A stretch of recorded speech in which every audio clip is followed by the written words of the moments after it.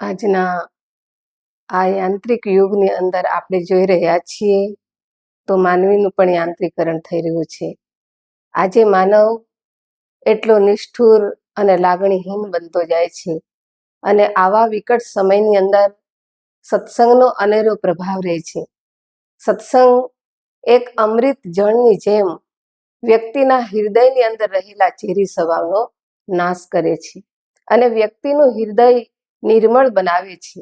અને નિર્મળ હૃદયની અંદર જો વ્યક્તિ સત્સંગના એક એક શબ્દને જો ઉતારે તો એ પોતે પોતાનું જીવન મહાન બનાવી શકે છે. જીવનને મહાન બનાવવા માટે આપણે જીવનમાં શું કરવું જોઈએ? તો એના માટે સંત સમાગમમાં જઈ અને સત્સંગ શ્રવણ કરવું પડે છે. એટલે કોઈ શાયરે બહુ સરસ કીધું છે કે જિંદગી એક કિતાબ છે, એ જ આપણો હિસાબ છે. હર સવાલ તણી જિંદગી એ જવાબ છે.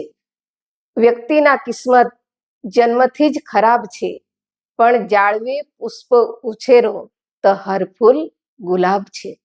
કીધું કે આપણું આ જીવન છે એ એક પુસ્તકની સમાન છે. પુસ્તકની અંદર જ સવાલ હોય અને જવાબ પણ હોતા હોય છે. એમ વ્યક્તિના જન્મથી કિસ્મત ખરાબ હોય છે, પણ આપણે એ જીવનને જાળવીએ.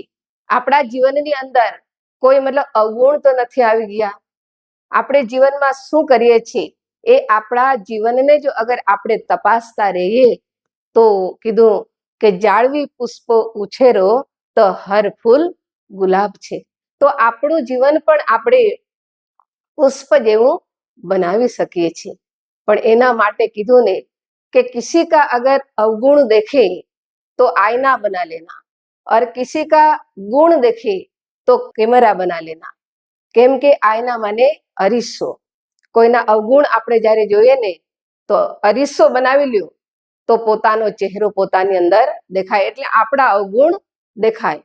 અને કિસી કા ગુણ દેખે તો કેમેરે બના લેના. કેમેરા બના લેના એટલે બીજાના આપણે ફોટા જ ખેંચતા રહીએ, એટલે બીજાના આપણે ગુણથી ગુણ જોઈએ છીએ.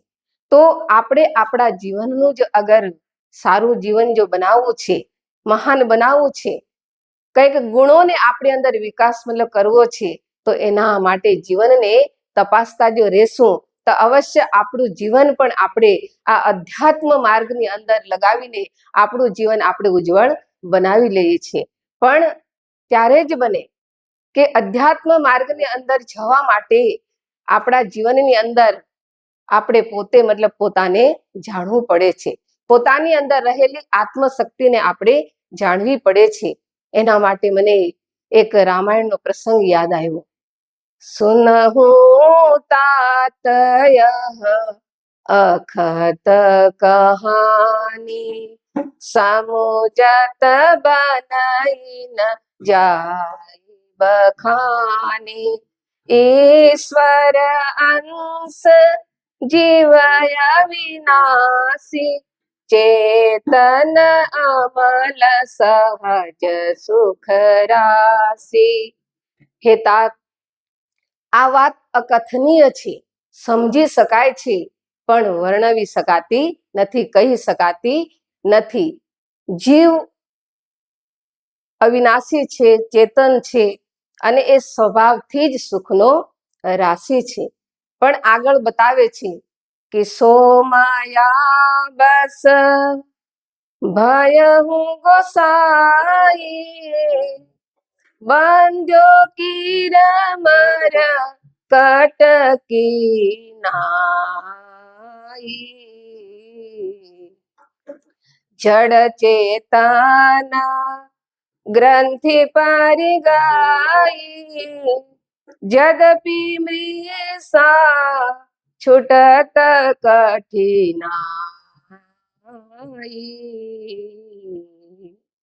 આ જીવ માયાને વશીભૂત થઈને પોપટ અને વાનરની જેમ બંધાઈ ગયો છે માયામાં. જેવી રીતે એક વાંદરો હોય, એ વાંદરાને જ્યારે મદારી પકડવા માટે આવે છે તો એક નાના મોડા વાળું માટલું રાખે છે અને માટલાની અંદર ચણા મૂકે છે અને માટલાની ફરતે પણ એ ચણા વેરી દે છે. વાંદરો આવે છે તો માટલાની જે ફરતે ચણા હોય છે એ ચણા પેલા ખાઈ લે છે અને પછી માટલામાં જુએ છે તો માટલામાં ચણા હોય છે, એટલે માટલામાં હાથ નાખી અને એ મુઠ્ઠી લઈને ચણા મુઠ્ઠી ભરે છે, પણ એનું મોઢું માટલાનું સાંકડું હોવાથી એ મુઠ્ઠી નીકળતી નથી અને વાંદરો એ ચણાને પણ મૂકતો નથી, મુઠ્ઠી પણ ખોલતો નથી. એટલે મદારી આવી અને એ વાંદરાને પકડીને લઈ જાય છે. એમ ચણાને વશીભૂત થઈને વાંદરો જેવી રીતે ફસાય છે, એમ આ જીવ પણ સંસારમાં માયાની અંદર પડીને એની અંદર જડ અને ચેતનની અંદર ગાંઠ પડી ગઈ છે. એટલે કીધું તબ તે જીવ ભયહુ સંસારી છૂટે ન ગ્રંથિ ના હોય સુખારી વેદ પુરાણ બહુ કહે ઉપાઈ છૂટે ન અધિક રૂચાઈ. એટલે કીધું કે ત્યારથી આ જીવ સંસારી બની ગયો છે. સંસારી એટલે જન્મ મરણ વાળો બની ગયો છે. એટલે વેદો અને પુરાણોએ ખૂબ જ ઉપાય કર્યા, પણ છતાંય એ ગાંઠ એ ઉલઝાતી જાય છે, એ સજ્જડ મતલબ બનતી જાય છે. સજ્જનો એટલે આગળ પણ બતાવે છે કે એ ગાંઠ જીવ હૃદય તમ મોહ વિશેષી ગ્રંથિ છૂટી ના પરઈ ન દેખી, કે જીવના હૃદયની અંદર અજ્ઞાન રૂપી અંધકાર વિશેષ રૂપથી છે, એટલે એ ગાંઠ એ જોતો નથી. પણ ભગવાન ક્યારેક જીવ પર કૃપા કરે તો કદાચ એ ગાંઠને જુએ તો એ ગાંઠ જડ અને ચેતનની અંદર જે ગાંઠ પડી ગઈ છે એ ગાંઠને એ ખોલી શકે. કેમ કે આ જડ શરીર છે અને આત્મા જે છે આપણી અંદર ચેતન છે, પણ આજે વ્યક્તિ આ શરીરને જુએ છે, આ જડને આજે વ્યક્તિ સજાવવામાં ને ધજાવવામાં ને એમાં લાગેલો છે. પણ જે આપણી અંદર રહેલી પરમાત્માની જે શક્તિ છે, જેને સંતોએ આત્મા કીધો, એના વિશે વ્યક્તિ એના માટે આજે કોઈ દિવસ જિંદગીની અંદર એ જોતો નથી કે મારું શરીર શેના દ્વારા આજે ચાલી રહ્યું છે. એના માટે મને એક મતલબ દ્રષ્ટાંત યાદ આવ્યું કે એકવાર બુદ્ધ ભગવાન હતા, એ બુદ્ધ ભગવાનની પાસે એક યુવાન ધનાઢ્ય મતલબ આવે છે અને આવીને બુદ્ધ ભગવાનને કહે છે કે મને કોઈ એવો મતલબ રસ્તો બતાવો, કોઈ મને એવો માર્ગ બતાવો કે મને ઈશ્વરની પ્રાપ્તિ થઈ જાય. એટલે બુદ્ધ ભગવાને કીધું કે એ સાચો રસ્તો જે છે, જે સાચો માર્ગ છે એ તમને હું બતાવી તો શકું, પણ મને એમાં શંકા છે કે એ માર્ગ ઉપર તો ચાલી શકીશ કે નહીં, એ મને શંકા છે. તો ત્યારે એ યુવાન ધનાઢ્યએ કીધું કે શું મતલબ તમને શંકા છે? એટલે બુદ્ધ ભગવાન કહેવા લાગ્યા કે આ ઈશ્વરની પ્રાપ્તિ માટે તો કીધું કે પ્રેમ, વિનમ્રતા, સદાચાર, નિરઅભિમાન, અહિંસા અને ત્યાગ, આ બધી વસ્તુઓ ભગવાનને ગમે છે. તો શું આ તારી અંદર છે? એટલે તરત જ ઓલો ધનાઢ્ય યુવાન કહે છે કે હું તો આ બચપનથી જ કરતો આવ્યો છું અને હું જે બિઝનેસ કરું, ધંધો કરું છું, એની અંદર પણ મારી મતલબ પ્રામાણિકતા છે. મારી પાસે જે આવતા લોકો જે છે એને પણ હું પ્રેમથી મળું છું અને આ બધું મારી અંદર છે. ત્યારે બુદ્ધ ભગવાને એમ કીધું કે હવે હું જે કહીશ ને એ તમારે કરવાનું છે. એટલે બુદ્ધ ભગવાને કીધું કે તમારી પાસે જે ધન, સંપત્તિ, દોલત જે છે એનો તું હવે ત્યાગ કરી દે, અને ત્યાગ કરીશ તો તું આ પરમાત્મા તરફ તારું જીવન લગાવી શકીશ. જ્યારે આ શબ્દ એમણે સાંભળ્યા એટલે ધનાઢ્ય જે યુવાન હતો એ કહે છે કે જે તમે ત્યાગની વાત કરી, એ ત્યાગ તો હું નથી કરી શકતો. મારી અંદર એટલી તાકાત નથી, મારી અંદર એટલી શક્તિ નથી કે હું એ ત્યાગી શકું. મારામાં એ ત્યાગવાની ગુંજાશ નથી. એટલે એટલું બોલી અને એ યુવાન ત્યાંથી ચાલ્યો જાય છે. સજ્જનો, કહેવાનો ભાવાર્થ શું છે કે આજે વ્યક્તિ જુઓ, ધન સંપત્તિ, માલ મિલકત, ઐશ્વર્ય, એને મનથી પણ જો ત્યાગ કરવા માટે આજે માનવ તૈયાર નથી થતો. ત્યાગવું એટલે કીધું કે મનથી ત્યાગવાનું છે. જેવી રીતે શિવાજી મહારાજ હતા, એ શિવાજી મહારાજને એમના ગુરુએ કીધું કે હે શિવા, હવે તારે આ બધું ધન રાજપાટ જે છે એ હવે તારે મારું સમજીને કરવાનું, હવે તારું કઈ એમાં છે નહીં. તું મનથી આ બધું ત્યાગ કરી અને આ બધું તારું રાજ્ય તારે ચલાવવાનું છે.